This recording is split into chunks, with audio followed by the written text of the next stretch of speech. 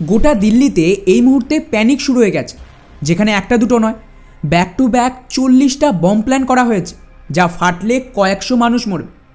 তো ওদিকে এর মাঝে আমাদের রক্ষামন্ত্রী রাজনাথ সিং ছুটে গেছে রাশিয়াতে, যেখানে আমেরিকাকে শায়েস্তা করতে একটা গোপন চুক্তি হবে পুতিনের সাথে।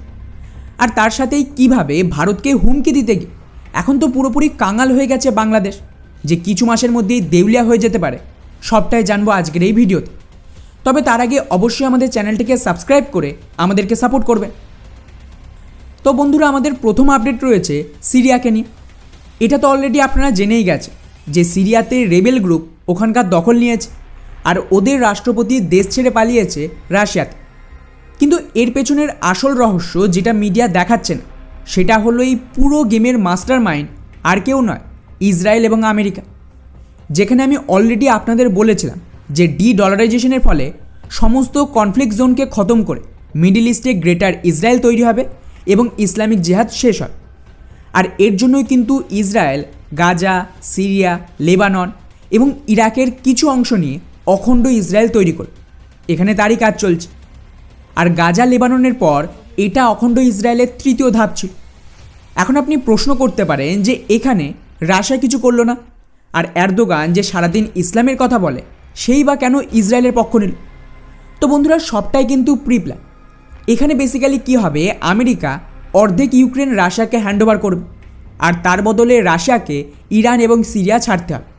তাই কিন্তু এখানে রাশিয়া কোনো রকম হস্তক্ষেপ করলো না, যার দরুন এখন সিরিয়াতে রিজিম চেঞ্জ হলো, যেখানে তুর্কির তরফ থেকে রেবেল গ্রুপ এদিকে হামলা চালালো আর ওদিকে ইসরায়েলের সেনা। এরপর ধীরে ধীরে সিরিয়ার অর্ধেকটা যাবে ইসরায়েলের কাছে, কিছুটা যাবে কুর্দ লড়াকুদের হাতে। অর্থাৎ সোজা ভাষায় এটা রাশিয়া এবং ইসরায়েল আমেরিকা দুজনের জন্যই উইন উইন সিচুয়েশন। তো বুঝতে পারলেন তো, ইসলাম ধর্ম এই সমস্ত কোনো ফ্যাক্টরই নয়, মেন ফ্যাক্টর হলো টাকা। যেখানে ইসলামিক জেহাদি যারা বলছে আমরা ইসলামের জন্য লড়ছি, তারাই ইহুদিদের জন্য সিরিয়ার দখল নিয়ে ওদের হাতে তুলে দিল। একটু অপেক্ষা করুন, সেম চমক আপনারা পিওকে আর বাংলাদেশেও দেখতে পারবেন। একবার ভারত আর আমেরিকার ডিল হয়ে গেল। আর এটাই গেম। 57টা ইসলামিক দেশ তৈরি হয়েছিল টাকার জন্য, আর এদেরকে শেষ করা হচ্ছে সেই টাকার জন্য।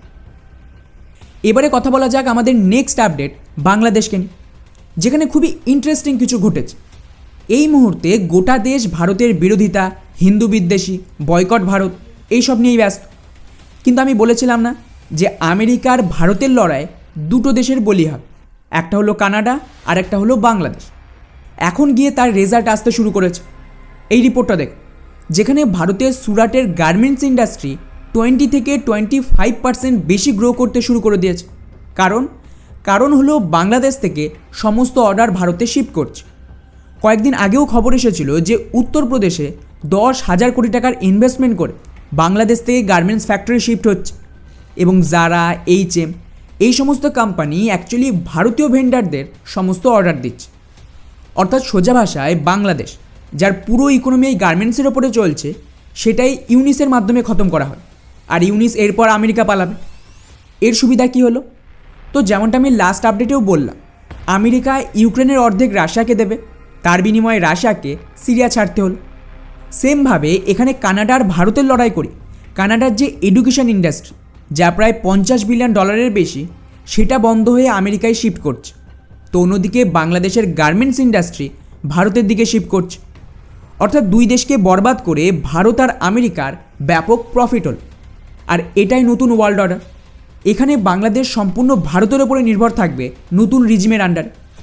আর ট্রাম্পের কথা তো শুনেছেন, কানাডাকে তো খোলাখুলি ধমকি দিয়েছে, টাকা নিতে হলে আমাদের একটা রাজ্য হতে হবে। এবার আশা করি গেমটা বুঝতে পারছেন এখানে কেন এই সমস্ত হচ্ছে। এবারে আসি আমাদের নেক্সট আপডেট রাশিয়াকে নিয়ে, যেখানে আমাদের রক্ষামন্ত্রী তড়িঘড়ি ছুটে গেছে রাশিয়ার ভিজিটে। এখানে গুরুত্বপূর্ণ কিছু প্ল্যান রয়েছে যা আমেরিকাকে সাহায্য করবে। প্রথমেই রাশিয়ার সাথে ভারতের $4 বিলিয়ন বিনিময় 8,000 থেকে 10,000 কিলোমিটার রেঞ্জের একটা বিশেষ ধরনের লং রেঞ্জের ওভার দি হরাইজন রাডারের ডিল হবে। এর বিশেষত্ব হলো এগুলো এত বেশি রেঞ্জ দেয় যে শত্রুর ballistic missile, bomber, cruise missile এগুলিকে অনেক আগে থেকেই ডিটেক্ট করবে। এরপর এই ইনফরমেশান আমাদের বাকি এয়ার ডিফেন্সের সাথে শেয়ার করে আমাদের ওভারঅল যে এয়ার ডিফেন্সের ক্ষমতা সেটাকে নেক্সট লেভেলে পৌঁছে দেবে। এছাড়াও এখানে আমাদের নৌবাহিনীর জন্য নতুন করে তৈরি আইএনএস তুশিল স্টেলথ মিসাইল ফ্রিগেটকেও সেনাতে কমিশন করা হবে, যেটা রাশিয়ায় তৈরি হচ্ছিল। এবং সবচেয়ে গুরুত্বপূর্ণ যেটা হবে তা হলো আমেরিকা ভারতকে ফাইটার জেটের ইঞ্জিন নিয়ে অতিরিক্ত ব্ল্যাকমেলিং করছে। তো তাকে কাউন্টার করতে ভারত কিন্তু রাশিয়ার সাথেও অল্টারনেটিভ ইঞ্জিন নিয়ে কথা বলবে, এবং এটাকে হাতে রাখতে হবে যাতে আমাদের কাছে একটা অপশান থাকে। এবং যদি আমেরিকা না শোধরায় তাহলে তেজাসে রাশিয়ার ইঞ্জিন যুক্ত হবে, যা সত্যিই খুবই জরুরি এমার্জেন্সি বেসিসে।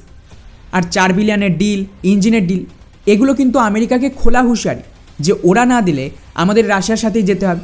করো এবারে ব্ল্যাকমেলিং। ওকে, এবারে ফাইনালি কথা বলা যাক আমাদের শেষ আপডেট দিল্লিকে নিয়ে, যেখানে দিল্লির 40টা স্কুলে বম লাগানো হয়েছে এই ধরনের খবর এসেছে, যার দরুন তড়িঘড়ি এই সমস্ত স্কুল বন্ধ করে বাচ্চাদের বাড়ি পাঠিয়ে দেওয়া হয়েছে।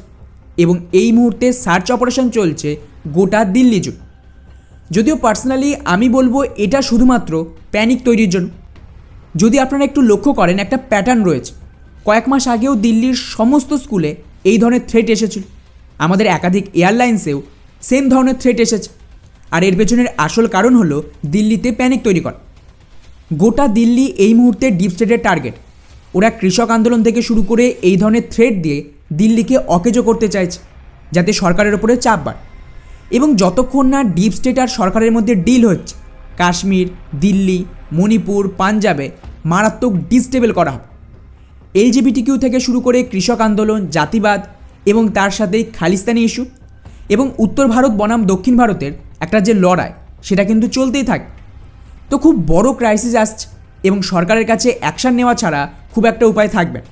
স্পেশালি পিওকে বা বাংলাদেশের মিলিটারি অপারেশনের পরেই এটা থামবে, যখন ওরা ভারত থেকে কিছু ডিল পায়। এখন দেখা যাক এখানে কি করে সরকার। তো বন্ধুরা, এই ছিল আমাদের আজকের টপ 5 আপডেট। এটা আপনাদের কেমন লাগলো নিচে অবশ্যই কমেন্ট করে জানাবেন। জয় হিন্দ।